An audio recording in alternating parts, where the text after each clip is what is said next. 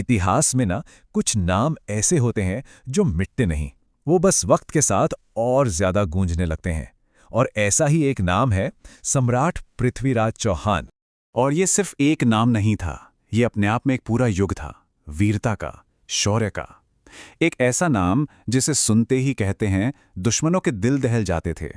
हम जब पृथ्वीराज चौहान के बारे में सोचते हैं तो एक महान योद्धा की तस्वीर सामने आती है ना? लेकिन वो सिर्फ इतना ही नहीं थे, वो एक तरह से प्रोडिजी थे। सोचिए, कई भाषाएं जानते थे, मैथ्स और फिलॉसफी में माहिर थे, और उनकी तीरंदाजी, अरे वो तो कमाल ही थी। कहते हैं कि वो शब्द भेदी बाण चलाना जानते थे, मतलब आंखें बंद करके सिर्फ आवाज सुनकर सीधा निशाने पर। और उनकी हिम्मत की तो क्या ही बात करें, उन्होंने जवानी में ही एक शेर को बिना किसी हथियार के मार गिराया था। तो सवाल ये उठता है कि इतनी खूबियों वाला इंसान राजा कैसे बना? चलिए उनकी कहानी को शुरू से जानते हैं। एक बच्चे से एक महान विजेता बनने का उनका सफर। जरा सोचिए, सिर्फ 11 साल की उम्र। इस उम्र में उनके सर पर ताज रख दिया गया क्योंकि उनके पिता का देहांत हो गया था। शुरुआत में उनकी मां रानी कर्पूरी देवी ने एक रीजेंट के तौर पर राजकाज संभाला, लेकिन पृथ्वीराज तो पृथ्वीराज थे। महज 14 साल की उम्र में उन्होंने सारी जिम्मेदारी अपने हाथों में ले ली और आते ही उन्होंने दिखा दिया कि वो किस मिट्टी के बने हैं। सबसे पहले तो अपने ही चचेरे भाई नागार्जुन के विद्रोह को कुचला, फिर भड़ानको जैसे दुश्मनों को हराकर अपने साम्राज्य को मजबूत करना शुरू कर दिया। अब अपने राज को और मजबूत बनाने के लिए उन्होंने एक बहुत ही स्मार्ट मूव चला। उन्होंने दिल्ली को अपनी दूसरी कैपिटल यानी राजधानी बना लिया। देखिए, उस जमाने में दिल्ली पर जिसका कंट्रोल होता था, समझो पूरे उत्तर भारत की ताकत और पैसा उसके हाथ में। और यहीं पर उन्होंने मशहूर किला राय पिथौरा भी बनवाया, जिससे उनकी पकड़ और भी मजबूत हो गई। लेकिन कहानी में सब कुछ अच्छा ही नहीं था।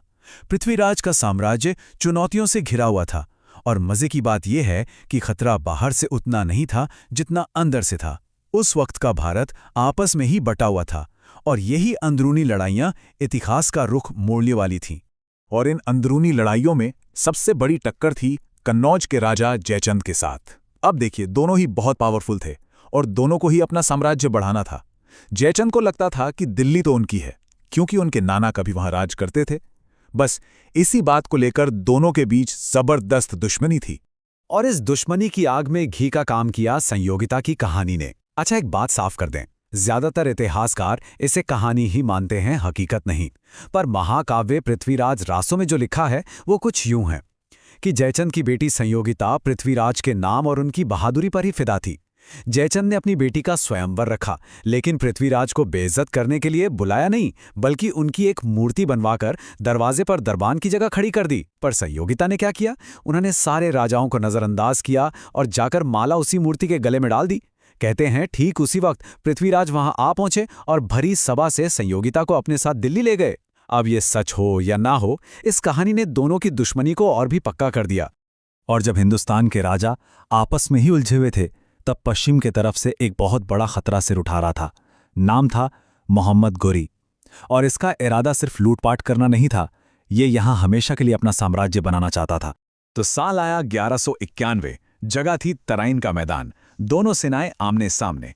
एक तरफ गोरी के फुर्तीले घुड़सवार तीरंदाज, तो दूसरी तरफ पृथ्वीराज की हाथियों वाली विशाल सेना और जांबाज पैदल सैनिक। और जब टक्कर हुई तो राजपूतों के जबरदस्त हमले के आगे गोरी की सेना टिक ही नहीं पाई। खुद गोरी बुरी तरह जख्मी हुआ और उसकी पूरी फौज मैदान छोड़कर भाग निकली। पृथ्वीराज की एक बहुत बड़ी जीत हुई थी, लेकिन यहीं पर उनसे एक चूक हो गई। उन्होंने भागती हुई सेना का पीछा नहीं किया। आज के कुछ इतिहासकार इसी को पृथ्वीराज सिंड्रोम का नाम देते हैं, मतलब हारे हुए दुश्मन पर दया दिखाना, जो बाद में खुद के लिए ही खतरनाक साबित हो। देखिए, ये उस दौर के युद्ध का एक नियम था, एक उसूल था कि भागते हुए निहत्थे दुश्मन पर वार नहीं करना है। ये अधर्म माना जाता था। लेकिन यही दरियादिली आगे चलकर बहुत भारी पड़ने वाली थी।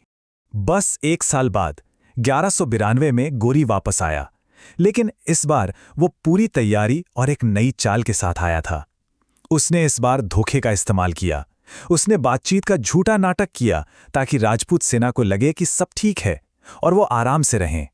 और फिर जब चौहान सेना सो रही थी, बेखबर थी, उसने सुबह होने से भी पहले हमला बोल दिया। इस अचानक हुए हमले के लिए कोई तैयार नहीं था। राजपूत सेना संभल ही नहीं पाई और इस बार पृथ्वीराज चौहान की हार हुई। उन्हें पकड़ लिया गया। इस हार के बाद क्या हुआ, सम्राट पृथ्वीराज चौहान का क्या बना, बस यहीं से इतिहास और कहानियां एक दूसरे में उलझ जाती हैं। उनके अंत को लेकर एक नहीं बल्कि कई अलग अलग बातें कही जाती हैं। कुछ हिस्टोरिकल अकाउंट्स के मुताबिक वो लड़ाई के मैदान में ही वीर गति को प्राप्त हुए। कुछ और कहते हैं कि उन्हें बंदी बनाकर अजमेर ले जाया गया और वहां गोरी के अधीन कुछ वक्त राज करने दिया गया, पर बाद में एक साजिश के आरोप में उन्हें मार दिया गया। लेकिन जो कहानी हम सबने सबसे ज्यादा सुनी है वो आती है पृथ्वीराज रासो से, कि उन्हें गजनी ले जाया गया, उनकी आंखें फोड़ दी गईं और फिर वहां उन्होंने अपने शब्दभेदी बाण से गोरी को मार गिराया। ये कहानी सुनने में बहुत वीर रस से भरी है, पर ऐतिहासिक तौर पर यह सही नहीं मानी जाती। क्यों? क्योंकि गोरी की मौत तो इसके कई साल बाद 1106 में हुई थी। खैर, पृथ्वीराज का अंत जैसे भी हुआ हो, तराइन की दूसरी लड़ाई में उनकी हार का असर बहुत बहुत गहरा और दूर तक जाने वाला था। चौहान साम्राज्य खत्म हो गया। दिल्ली पर गुरी के गुलाम और सेनापति कुतुबुद्दीन ऐबक का कब्जा हो गया और यहीं से हिंदुस्तान में मुस्लिम शासन की नींव रखी गई, जो सदियों तक चली। ये भारतीय इतिहास का एक टर्निंग पॉइंट था। तो आखिर हम पृथ्वीराज चौहान को कैसे याद रखें? एक हारे हुए राजा की तरह? नहीं, भले ही वो आखिरी लड़ाई हार गए, उनका साम्राज्य खत्म हो गया, लेकिन उनकी कहानी खत्म नहीं हुई। उनकी बहादुरी की, उनके सम्मान की और अपनी धरती के लिए लड़ने के जज्बे की कहानी आज भी, सदियों बाद भी लोगों को प्रेरणा देती है। वो आज भी हमारे लिए एक हीरो हैं।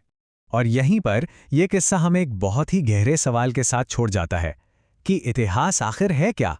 सिर्फ वो जो सच में हुआ, या वो जिसे हम कहानियों और किस्सों के जरिए याद रखना चाहते हैं?